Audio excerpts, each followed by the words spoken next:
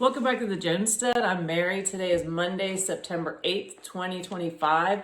And I wanted to talk a little bit today again about the AI data centers that we're seeing continuously pushed now more and more and more.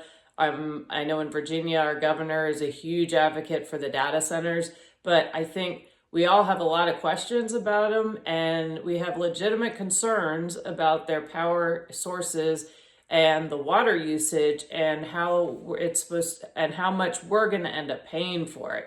And there was an article Saturday in Zero Hedge again, which is one of they have great content on their news site. And the article was titled "AI Isn't Free. The first costs are on your bill, and more are coming." And the article starts with an excerpt from America's AI Action Plan, which was published July 25th, 2025. And I quote, "The United States is in a race to achieve global dominance in artificial intelligence. Whoever has the largest AI ecosystem will set global AI standards and reap broad economic and military benefits." Well, I do have a question as to who will be reaping those economic benefits, because from what I'm seeing right now, it's going to be a very small group of people, and the general public is going to be paying for it, and also the general public is going to be having to deal with the consequences of these data centers. We'll go into a little more detail about data centers in a little bit. So my question is, if the economic benefits are going to be so great, why are the American people already getting stuck with the bill for them? You have areas specifically where data centers have already been built, and areas as Virginia where they're being built, they're being built, and they're still being proposed. Hitachi is a big proponent, big developer of these. So regarding power bills, Columbus, Ohio, they've had a $20 a month increase, which adds up. In New Jersey, Pennsylvania, and Ohio this summer, bills jumped by $27 a month. And this is all consumers paying for the infrastructure for these data centers. And we already have a power grid that needs to be improved just for the commercial and retail consumers. And now this behemoth of these data centers is going to be draining a lot of those resources. So, I mean, already have rolling blackouts in parts of the country, and I'm not quite sure all of a sudden it's fine and let's continue building these data centers. I just have a lot of questions about them. And in Virginia, as I mentioned before, our governor is a big supporter of these. And Dominion has proposed a 15% increase to pay for infrastructure. And also the Piedmont Center, Piedmont Environmental Group has saying that the Mid-Atlantic is projected to see 20% increase in their power bills by 2025. I think it'll come sooner if they can get away with it. So consumers are now waking up to it because we're seeing, our taxes are going up, inflation's going up. Now we're getting told how wonderful AI is. Please pay up for that too. And I just feel like the citizens are just being left completely behind. There was a national energy emergency declared by the White House in this push for AI.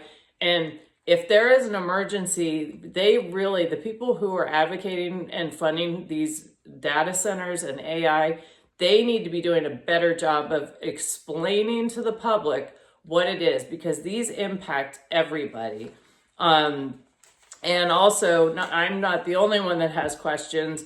Also, there was just a memo released in order to Congress so that lawmakers can actually be on the same page and have answers to basic questions. So you've got this movement for data centers, and our elected officials really aren't even up to speed on it, which is really concerning. And it said, let's see here,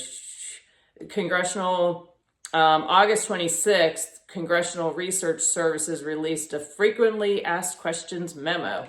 And one thing that is helpful about this memo is it actually defines what a data center is. And I'll read that for you guys. It says a data center is a specialized building that houses thousands of servers. There are about 7,000 worldwide, with the largest concentration in the United States, especially in Northern Virginia and Texas. In 2022, American data centers consumed about 176 terawatt hours of electricity, roughly 4% of all U.S. demand, more than many entire states. Projections suggest an additional 35 to 108 gigawatts of demand by 2030. The midpoint estimate, 50 gigawatts, is enough to power every home from California.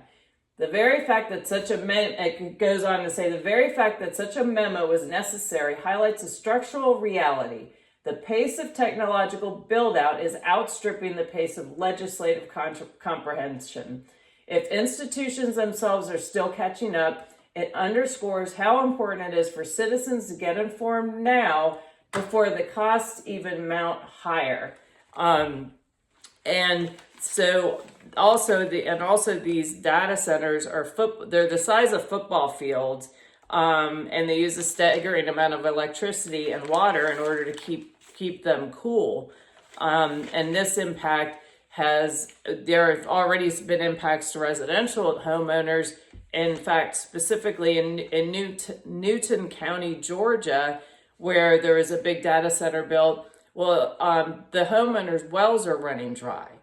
And this is not an isolated incident. This is something that other localities are having to deal with, these water issues.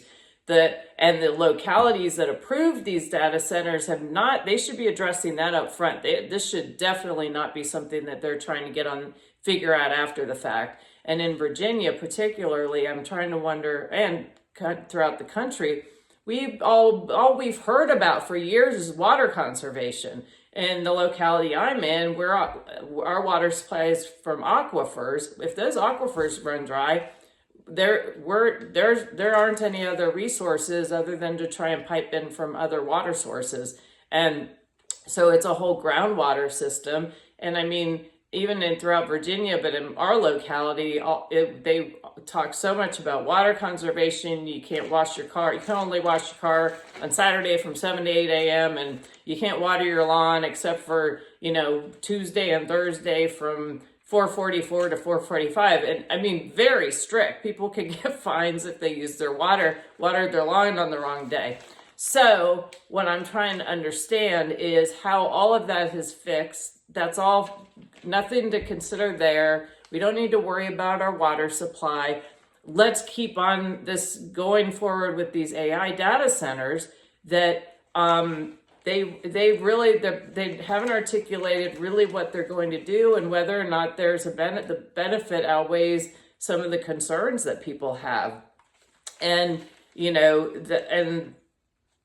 again, I think there are a lot of questions people have. I think that the leadership that is pushing these needs to do a better job of articulating what their end game is, because I don't understand what it is. I know a lot of times with things like this, everyone likes to get on the bandwagon of whatever's popular at the moment, but it's really important, particularly with this. I don't know if they think, well, AI will just fix all of our water issues.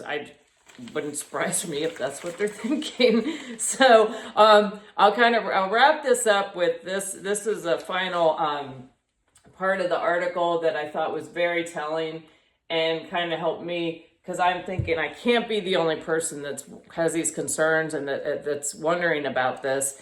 And the summary in the article says, and I quote, "At the same time, there is no consensus among the experts on what AI means for humanity. Geoffrey Hinton, who is often called the godfather of AI, won a Nobel Peace Prize for his contribution to AI development, but left Google in 2023 to warn the public about the existential threat AI poses to humanity." So I think I think there are a lot of reasons to be questioning what they're doing. I think there have been technologies have brought some great benefits to society, but I also think it's made things a lot more difficult. They're supposedly more efficient, and it's not efficient. You end up spending more time checking your email, and so on and so forth. And then if you have your computer go down, then you got to deal with that. So with that comes hassles. I think they certainly haven't perfected anything. And we even see, cell phones that we have outages with that. So, and we have, and in fact, there was just a cable cut over the weekend. And if you have any grid down situations, are they going to prioritize the data centers over the citizens? It certainly seems like that would be the case. So I just hope you found this information interesting. I think it's really important to keep paying close attention to what's going on with this, because this is taking our country in a whole different direction. And I think a lot of us have questions as to what that's going to look like.